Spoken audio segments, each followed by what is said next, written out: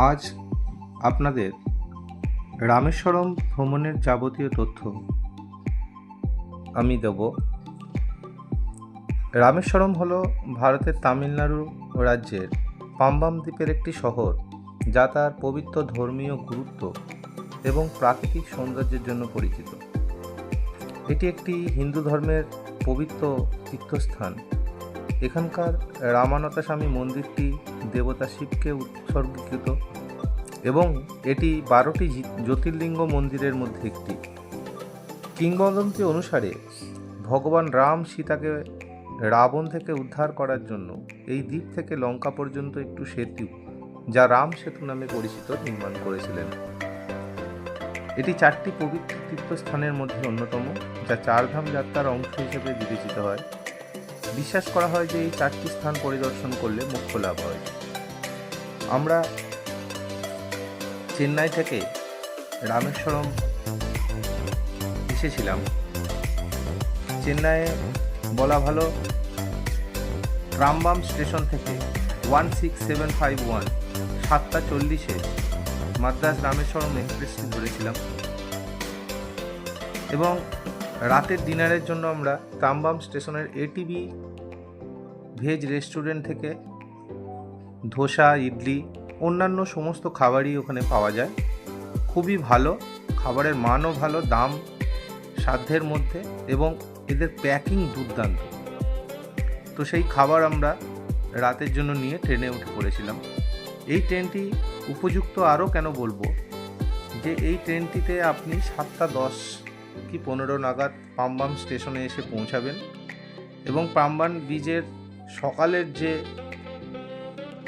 পরিবেশ এবং চারপাশের যে দৃশ্য, সেটা ভালোভাবে উপভোগ করতে পারবেন।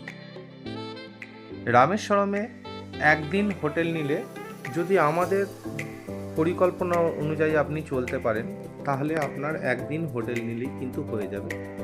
যদি মনে হয় সেক্ষেত্রে আপনারা 2 দিন হোটেল নিতে পারেন, তবে 2 দিন হোটেল নেওয়া প্রয়োজন খুব একটা নেই। কেন বলি, সকালবেলা 8টা নাগাদ আপনি রামেশ্বরম স্টেশনে পৌঁছে আগে থেকে যে হোটেল আপনি নেবেন সেখানে কথা বলে রাখবেন যে লাগেজ রেখে দিয়ে আপনি একটু ফ্রেশ হয়ে সকালবেলা অগ্নিতীর্থম ঘাটে এসে উপস্থিত হবেন। তো এই অগ্নিতীর্থম ঘাট আমরা সকাল 9টা নাগাদ পৌঁছে গেছিলাম। সেখানে অগ্নিতীর্থম ঘাটে আমরা প্রথমে স্নান করি। স্নান করে আপনি মন্দিরের নর্থ গেটে প্রবেশ করবেন। এই সেই অগ্নিতীর্থম ঘাট আপনাদের দেখাচ্ছি, যেখানে প্রচুর লোক স্নান করে পুণ্য অর্জন করার জন্য। এবং এখান থেকে নর্থ গেট হেঁটে 2 থেকে 3 মিনিট লাগে। তো সেই নর্থ গেটে নির্দিষ্ট টিকিট কাউন্টারে আপনি 25 টাকার বিনিময়ে 22টি কুণ্ডে স্নান করতে পারবেন, যেটা হিন্দু ধর্মে আমরা বলে থাকি যে এই কুণ্ড স্নান পবিত্র, শুদ্ধিকরণ এবং নিরাময়ের জন্য করা হয়ে থাকে। তো সেটা আপনাদের ইচ্ছা, আপনারা করতেও পারেন, নাও করতে পারেন, তবে করলে খুবই ভালো লাগবে। তো এইরকম মন্দিরের মধ্যে আপনি দেখতে পাচ্ছেন যে কুণ্ড স্নানের জন্য লাইন দিতে হচ্ছে এবং 22টি কুণ্ড, যেখানে পরপর আপনাকে লাইন দিয়ে দাঁড়াতে হবে এবং তাদের যে সেবায়তরা আছে তারা আপনার মাথায় ছোট ছোট যে বালতি আছে তাতে করে জল ঢেলে দেবে। তো এই সেই কুণ্ড স্নানের জায়গা। আপনারা দেখুন যে কিভাবে লাইন দিয়ে আমাদের কুণ্ড স্নান করতে হয়েছে। এবং বলে রাখি যে আপনারা হোটেল থেকে আসার সময় শুকনো জামা কাপড়, যেটা আপনারা স্নানের পর পরবেন, সেগুলো ভালো করে পলিথিনে প্যাক করে নিয়ে চলে আসবেন। বাইরে লকার আছে, আপনারা লকারে রাখতে পারেন, খুব একটা প্রয়োজন নেই, কারণ লকারে রাখলে আপনাকে আবার মন্দিরের বাইরে যেতে হবে, সেখান থেকে জামা কাপড় আনতে হবে। তার থেকে নিজেদের হাতেই রাখবেন, ভালো করে পলিথিনে রাখবেন এবং মন্দিরের নির্দিষ্ট জায়গা আছে স্নানের পর, সেখানে আপনারা সেগুলো পরিবর্তন করে নিতে পারবেন। তো দেখুন আস্তে আস্তে কিভাবে কুণ্ড স্নান আমরা করলাম। এই কুণ্ডগুলো দেখা যাচ্ছে, এই রকম 22টি কুণ্ড আছে। এবং এই প্রতিটা কুণ্ডের আলাদা আলাদা নাম আছে। গোটা মন্দির জুড়েই বিভিন্ন জায়গায় এই রকম কুণ্ডগুলো, যেগুলো আপনাদের পরপর নাম্বার ধরে ধরে 1 থেকে 22 পর্যন্ত আপনাদের পরপর যেতে হবে। এবং এখানে দেখুন একটি কুণ্ড যার 3 নাম্বার, সেই কুণ্ডে স্নানের পর আবার 4 নম্বরে আপনাকে চলে যেতে হবে। তো মন্দিরের ভেতরে এরকম একটি বড় কুণ্ড আছে। এই যে জায়গাটা, এখান থেকে 7 থেকে 12 নম্বর কুণ্ড আছে, যার মধ্যে দিয়ে আমরা এখন যাচ্ছি। এরকম বিভিন্ন জায়গা দিয়ে আপনাদের যেতে হবে এবং 22টি কুণ্ডে জল ঢালতে হবে। তো আপনারা কুণ্ড স্নানের পর দর্শনও সারতে পারেন, না হলে হোটেলে চলে যেতে পারেন। আমরা হোটেলে চলে গেছিলাম, রেস্ট নিয়েছিলাম এবং বিকালবেলা 5টার সময় আমরা যথারীতি আবার বোটিংয়ের জন্য চলে আসি। অগ্নিতীর্থম যে ঘাট আছে সেখান থেকে বাঁ দিকে 100 মিটার আপনারা হেঁটে এলেই এই বোটিংয়ের এরিয়ায় চলে আসবেন, যেখানে 100 টাকা টিকিটের বিনিময়ে এরকম বড় বোটে করে আপনাদের নিয়ে যাওয়া হবে। তো সেই বোটিংয়ের পরিষেবা সম্পর্কে আগে দেখুন যে কীরকম বোটিং ব্যবস্থাপনা আছে, বোটে কি আছে, সমস্ত কিছু দেখতে পাবেন। 100 টাকার বিনিময়ে আপনাদেরকে মোটামুটি আধ ঘন্টা 40 মিনিট ঘোরাবে। তো আমরা বোটিংয়ের জন্য যাচ্ছি এবং বোট থেকে মন্দিরের 4টি গেট কিন্তু খুব সুন্দরভাবে দেখা যায়।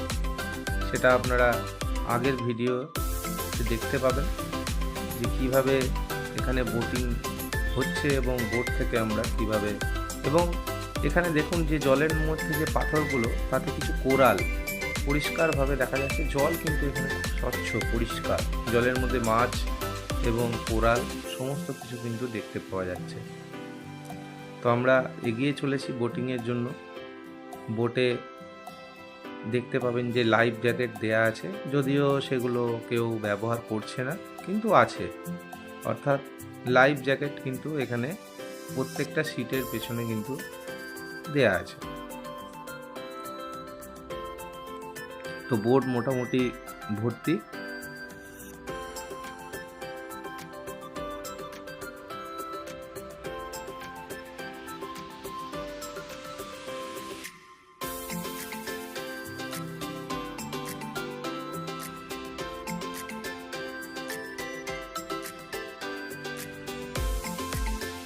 বোট থেকে বাইরের প্রাকৃতিক দৃশ্য দেখানোর চেষ্টা করছি আপনাদের।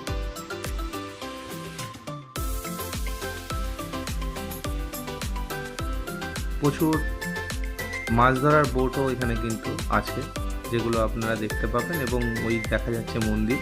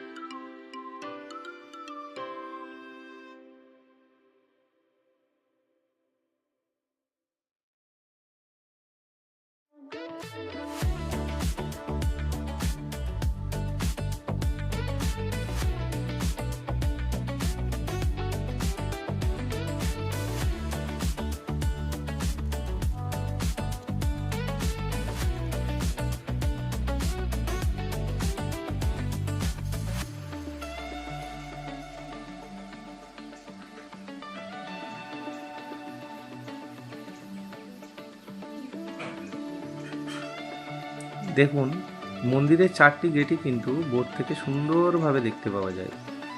তো বোটিং করার অভিজ্ঞতা যদি নিতে চান তাহলে বিকালবেলা চলে আসবেন। এরপরে আপনারা বোটিং হয়ে গেলে অগ্নিতীর্থম ঘাট থেকে আপনারা মন্দিরের ইস্ট গেটে চলে যাবেন। ইস্ট গেটে গিয়ে সেখানে আপনারা জুতো রেখে মন্দিরে প্রবেশ করবেন দর্শনের জন্য।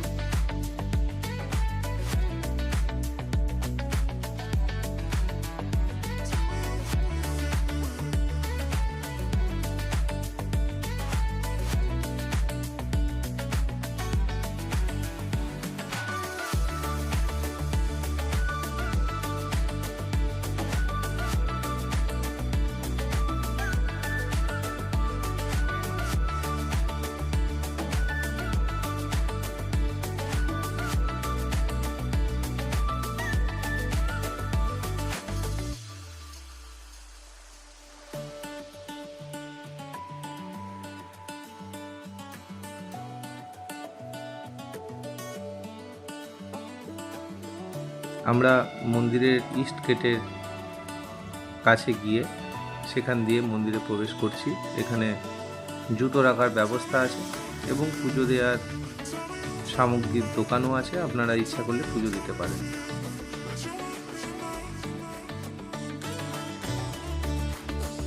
কিন্তু মন্দিরের একদম ভেতরে কিন্তু মোবাইল নিষিদ্ধ আছে বা ক্যামেরা নিষিদ্ধ আছে। তো কিছু দূর পর্যন্ত আমি দেখানোর চেষ্টা করব। দেখুন মন্দিরের যে পিলার, কি সুন্দর তার কারুকার্য এবং কাজ, সেগুলো দেখতে পাওয়া যাচ্ছে।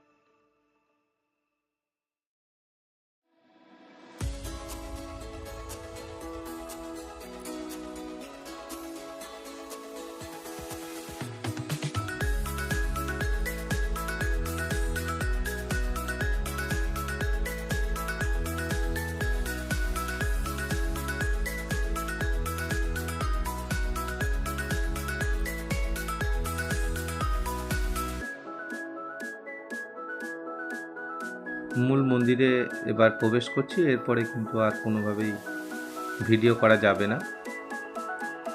পরের অংশে দেখা হচ্ছে।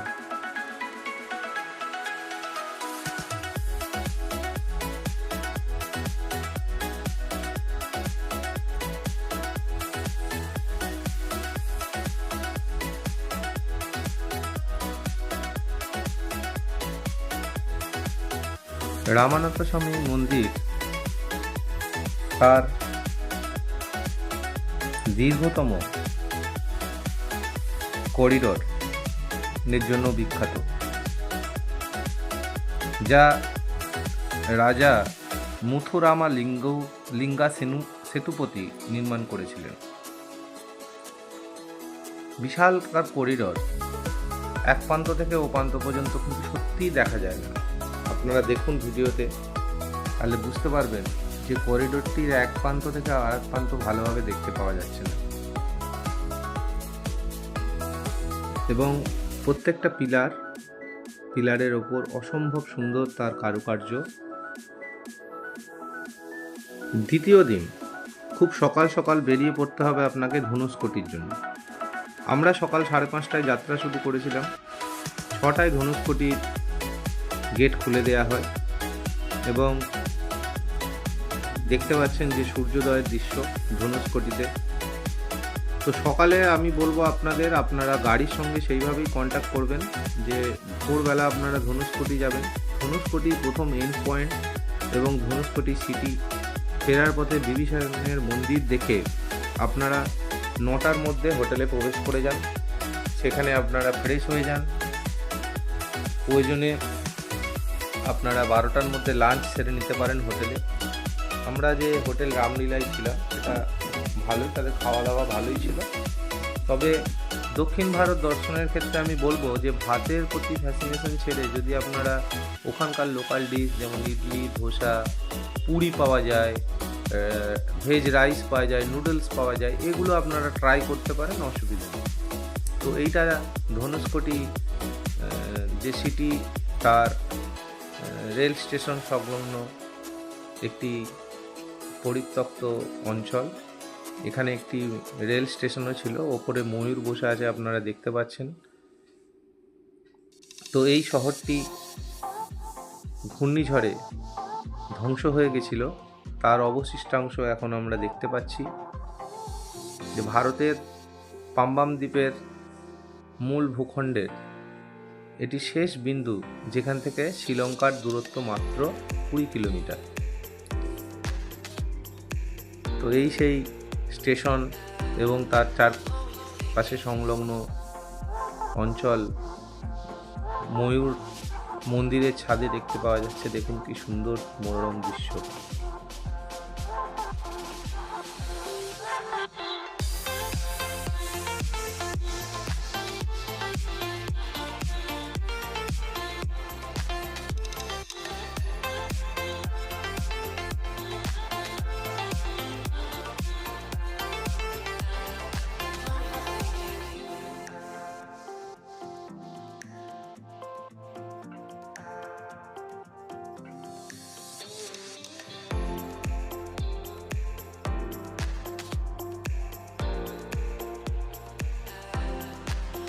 গির্জা বা চার্চ, যেটি ধ্বংস হয়ে গেছিল ঘূর্ণিঝড়ে, সেটিরও অবশিষ্টাংশ এইভাবে পড়ে আছে।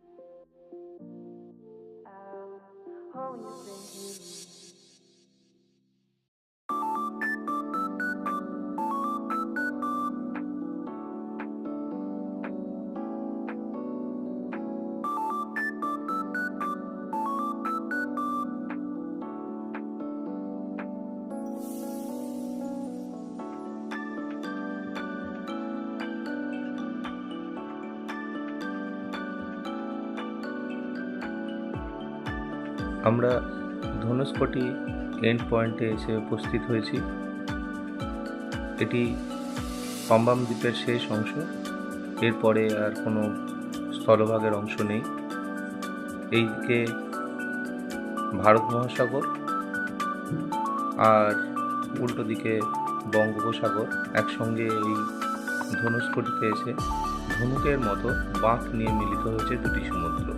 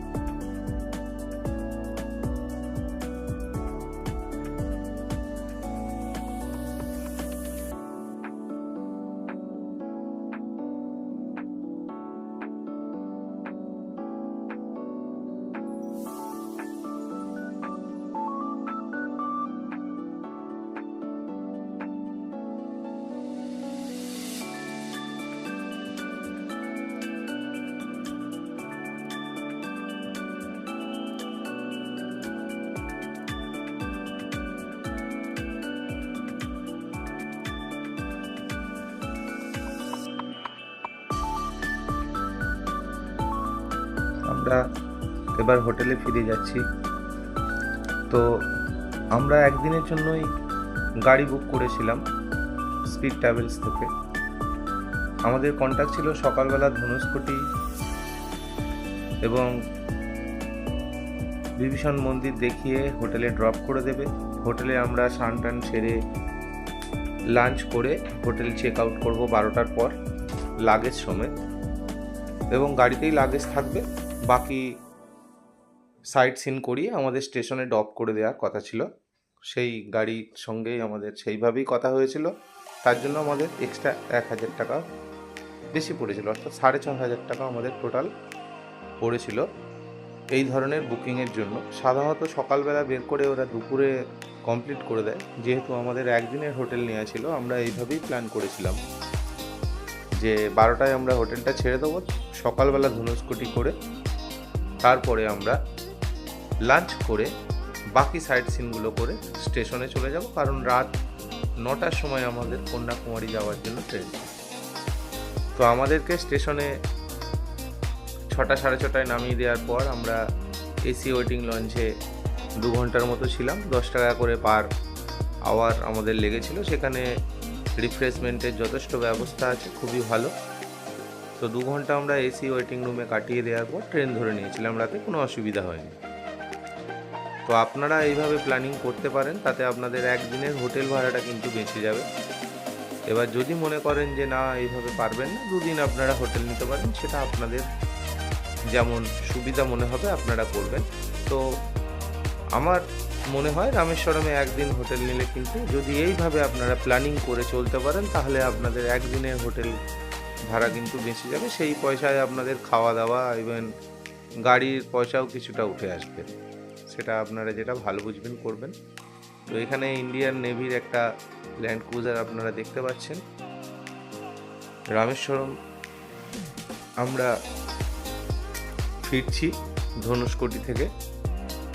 তো ফেরার পথে একটি ল্যান্ড ক্রুজার আমরা দেখতে পাই, সেখানে কিছুক্ষণ আমরা দাঁড়িয়ে তার ছবি তুলি। এরপরে আমরা বিভীষণ মন্দিরের দিকে এগোচ্ছি, অর্থাৎ আমরা রামেশ্বরমে ফিরে যাচ্ছি ধনুষকোটি থেকে।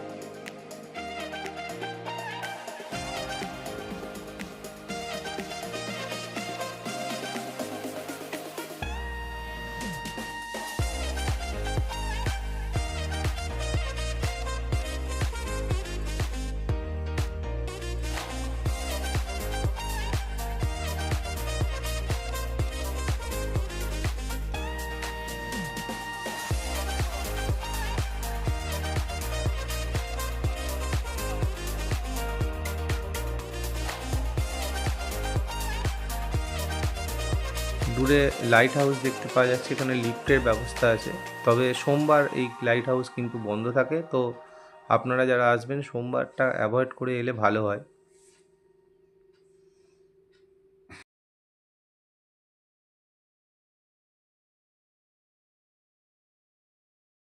ধনুষকোটি থেকে ফেরার সময় এই বিভীষণ টেম্পলে আপনারা এসে উপস্থিত হবেন।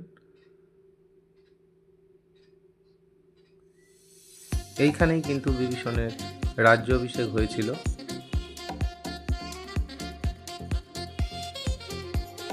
এই মন্দিরটি দর্শন করে আপনারা হোটেলে চলে যাবেন।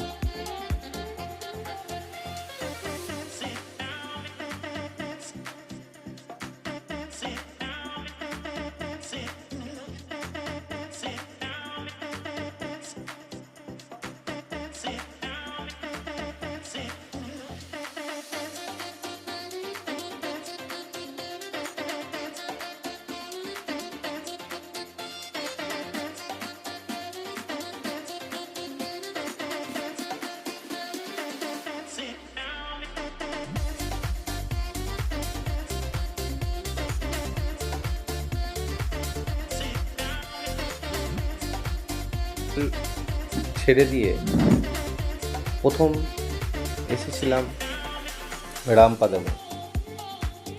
এখান থেকে 360 ডিগ্রি গোটা রামেশ্বরম শহরটার একটা ভিউ আপনি পাবেন, এবং ভগবান রাম নাকি এখান থেকেই ঠিক করেছিলেন যে কোন পথে তিনি শ্রীলঙ্কা যাবেন। পুরো 360 ডিগ্রি ভিউ এখান থেকে আপনি দেখতে পাবেন গোটা রামেশ্বরম শহরটা।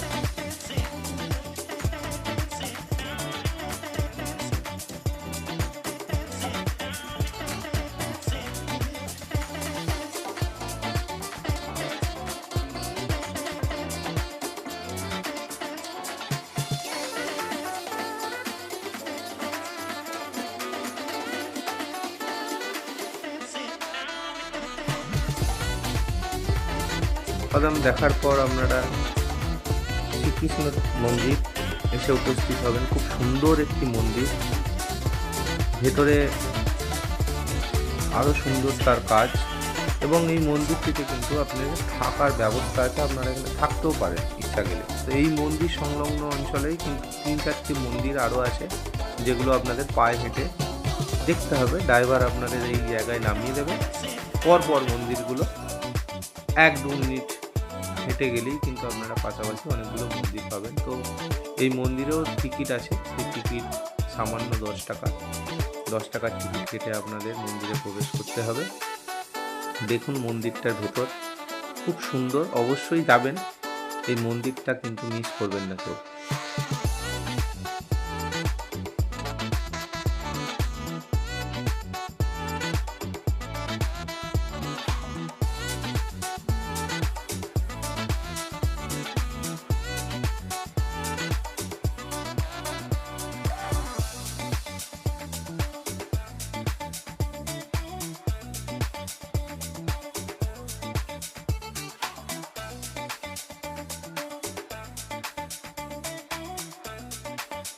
সিঁড়ি আর গুহার মধ্যে দিয়ে আপনাদের মন্দিরে প্রবেশ করতে হবে, খুব সুন্দর।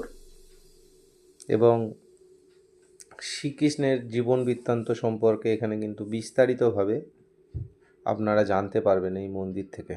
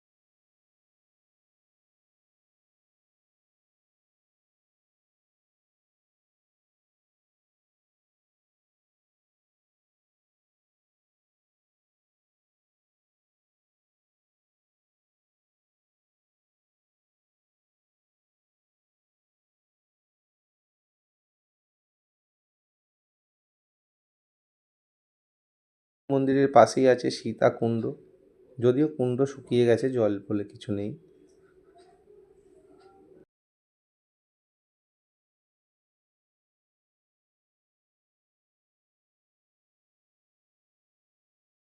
নেক্সট তার পাশেই আছে নটরাজন টেম্পল।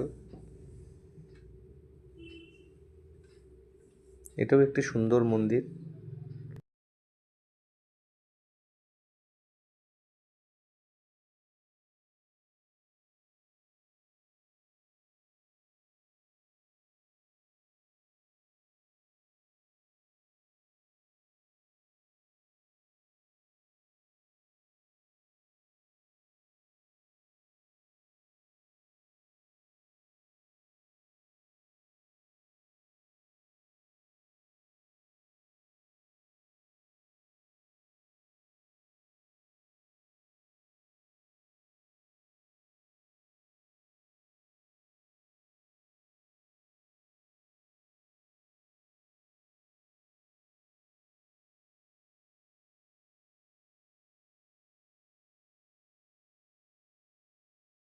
নটরাজ টেম্পলের উল্টো দিকে আছে হনুমান মন্দির। এখানে আপনারা ফ্লোটিং স্টোনগুলো দেখতে পাবেন, যেগুলো সমুদ্রের জলে ভাসিয়ে সেতু নির্মাণ করা হয়েছিল বলা হয়, সেই ফ্লোটিং স্টোন দেখতে পাবেন। তারপরে আপনারা পাশেই আছে লক্ষ্মণ মন্দির। সেই লক্ষ্মণ মন্দির দেখে সেখানে কিছুটা বিশ্রাম আপনারা নিয়ে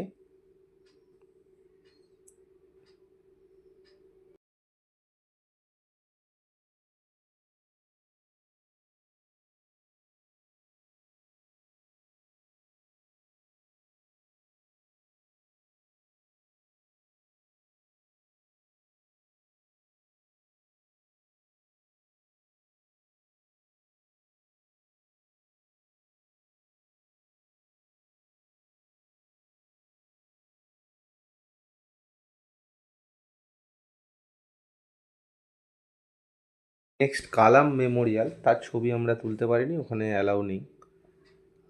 পাম্বাম ব্রিজ, এটাও সাইট সিনের মধ্যে পড়ে। সেই পাম্বাম ব্রিজ আপনারা দর্শন করতে পারবেন। দেখুন ভিডিওতে ট্রেন যাওয়ার দৃশ্য, কি সুন্দর ব্রিজের ওপর দিয়ে ট্রেন যাচ্ছে আপনারা দেখতে পাবেন। সেই পাম্বাম ব্রিজ দর্শন করে আপনারা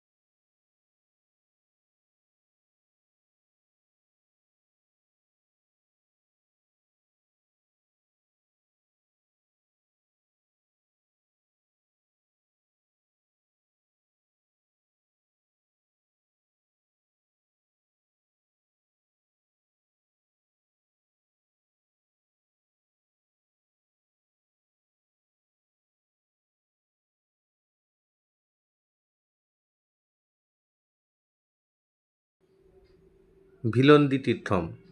কথিত আছে লঙ্কা থেকে ফেরার সময়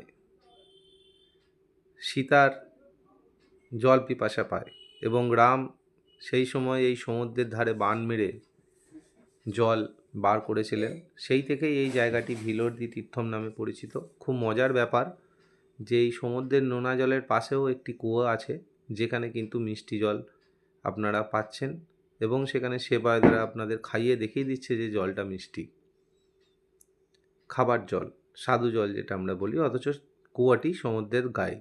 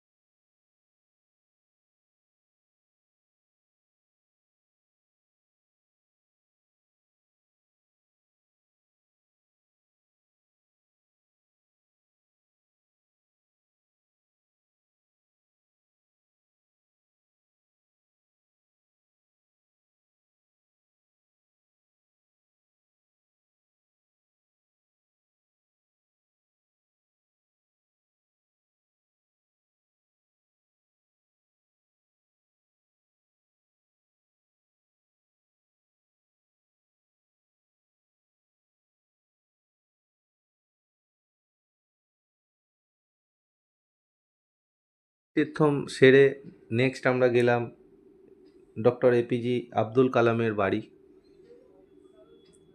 এটি লাস্ট আমাদের রামেশ্বরমের সাইট সিনের মধ্যে ছিল। তো ডক্টর কালাম হাউস আপনারা দেখতে পাবেন, সেখানে তার ব্যবহার করা জিনিসপত্র এবং এখানে একটি বিপণন সামগ্রীর দোকানও আছে, যেখানে আপনারা তার বই বা অন্যান্য জিনিসপত্র কিনতেও পারবেন। তো রামেশ্বরমে যারা খাবারের জন্য আসবেন তাদের জন্য এই গণেশ মেস, যেটা ওয়েস্ট গেটের পাশে অবস্থিত, সেখানে আপনারা খেতে পারেন। এদের যে ট্র্যাডিশনাল থালি সেটা কিন্তু খুবই ভালো, এটা খাওয়া যায় খুব ভালো। এছাড়া আমি এখানে প্রেফার করব এদের যে ভেজ রাইস, দাম রিজনেবল, 120 টাকা করে। নুডলসও খেতে পারেন এখানে, ভেজ, টক দই বা অন্যান্য খাবার, তবে এখানে থালিটাই বেশি চলে, এখানে কিন্তু থালি আপনারা খেতে পারেন। এটা রামেশ্বরম মন্দিরের ওয়েস্ট গেটের একদম পাশেই অবস্থিত। তো খাবার জন্য আপনারা এই হোটেলটায় আসতে পারেন, গণেশ মেস। খুবই ভালো, পরিষ্কার পরিচ্ছন্ন এবং খাবারের মান কিন্তু ভালো। আপনাদের ইচ্ছা মতো আপনারা খেতে পারেন। দেখুন একজন নুডলস খাচ্ছে।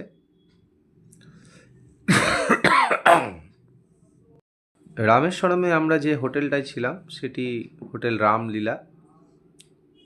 এই হোটেলটি আপনারা একটু দেখে নিন, এই হোটেলের ফোন নাম্বারও দেয়া আছে। এবং রামেশ্বরমে যে ট্রাভেল এজেন্সির সঙ্গে আমরা গেছিলাম তার ফোন নাম্বার এবং নাম আমি বলে দিচ্ছি: স্পিড ট্যুরস অ্যান্ড ট্রাভেলস, 8807729297। খুবই ভালো, আপনারা এদের মাধ্যমে গাড়ি বুক করতে পারেন। আমরা যেভাবে ট্যুর প্ল্যান সাজিয়েছিলাম, আমাদের গাড়ি ভাড়া পড়েছিল 6,500 টাকা এসি, আর রুম ভাড়া আমাদের পড়েছিল কিন্তু 1900 টাকা করে এসি। এবার বড় গ্রুপে গেলে আপনারা সেই মতো খরচ হিসাব করে নেবেন। তো খাবারের জন্য কিন্তু রামলীলা হোটেলে রাতে পনির, রুটি, অন্যান্যও পাওয়া যায়, ভাতও পাওয়া যায়, সব কিছুই পাওয়া যায়। তো এদের খাবারও খুব ভালো, অসুবিধা কিছু হয়নি। আর ব্রেকফাস্টের মধ্যে আপনারা পুরি, ইডলি, প্লেন ধোসা 50 টাকা করে পাবেন, মশলা ধোসা 80 টাকা করে পাবেন। তো খাবারের খরচ খুব বেশি নয়। তো আমি প্রেফার করব যে ভাতটা বাদ দিয়ে অন্য খাবার যদি আপনারা খেয়ে ভালো থাকতে পারেন, তাহলে কিন্তু আপনাদের খাবারের খরচাও অনেক কম হবে এবং সেক্ষেত্রে অসুবিধা খুব একটা হবে না। কারণ ভাত নিয়ে টক জাতীয় খাবার আপনারা ফেলে দেবেন, তার থেকে আমার মনে হয় যেগুলো খেতে পারবেন সেগুলো খেতে পারলে ভালো হয়। সেক্ষেত্রে ভেজ রাইস, এছাড়া পুরি, ইডলি, ধোসা এগুলো আপনারা খেতে পারেন, কোনো অসুবিধা হয় না। তো আশা করছি এই ভিডিওটায় আপনাদের অনেক তথ্য দিতে পারলাম। তো পরের ভিডিও আছে কন্যাকুমারীর, যদি আপনাদের মনে হয় সেটি আপনারা দেখতে পারেন। পুরো দক্ষিণ ভারত ট্যুর আমাদের 11 দিনের ট্যুর ছিল যাতায়াত নিয়ে। তার খরচ বা হিসাব অন্যান্য ক্ষেত্রেও আমি প্রতিটা ট্যুরেই অল্প অল্প বলবো। এখানে যেটা বলে দিলাম সেটা সম্পর্কে আপনাদের ধারণা এসে যাবে যে কীরকম খরচ হতে পারে। তবে আপনারা 2 দিন হোটেল নিতেও পারেন। 1 দিন হোটেল নিলে এই প্ল্যানিংয়ে আপনাদের করতে হবে যে সকালে ধনুষকোটি আপনারা ঘুরে নেবেন, আবার লাঞ্চ করে বাকিটা করবেন। নমস্কার।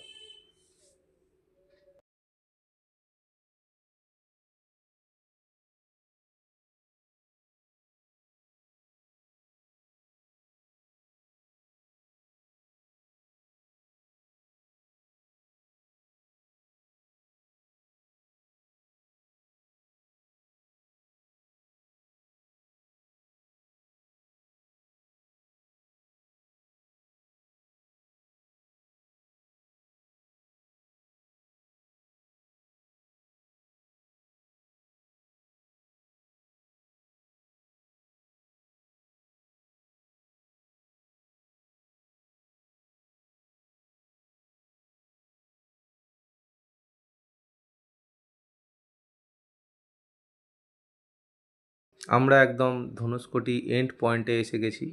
এটি শেষ অংশ, এরপরে কোনো স্থলভাগের অংশ নেই। এর ডান দিকে হচ্ছে আরব সাগর, মাঝে হচ্ছে ভারত মহাসাগর এবং বাঁ দিকে আছে বঙ্গোপসাগর। তো এখানে আপনারা দেখতে পাবেন তিনটে সমুদ্রই কিভাবে মিলিত হয়েছে এই ধনুষ্কটি, যেটা একটা ধনুকের মতো বাঁক নিয়ে এই অংশটা তৈরি হয়েছে।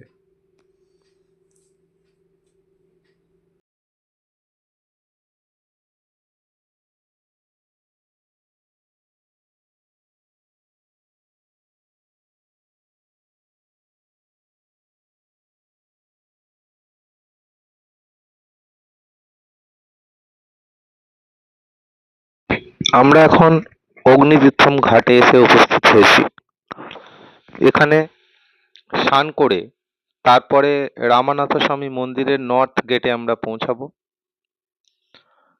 সেই মন্দিরে 25 টাকার টিকিটের বিনিময়ে 22টি কুণ্ডে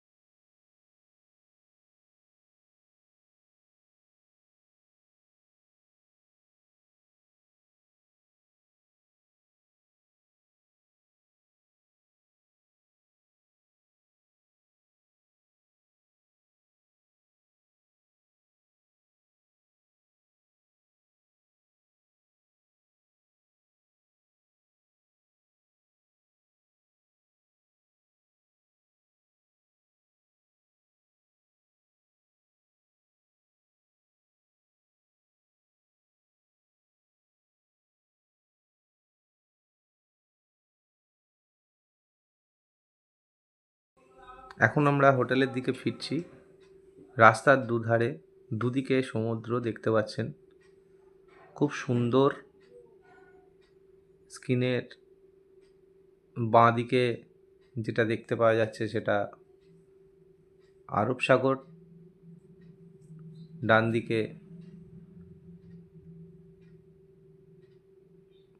বঙ্গোপসাগর।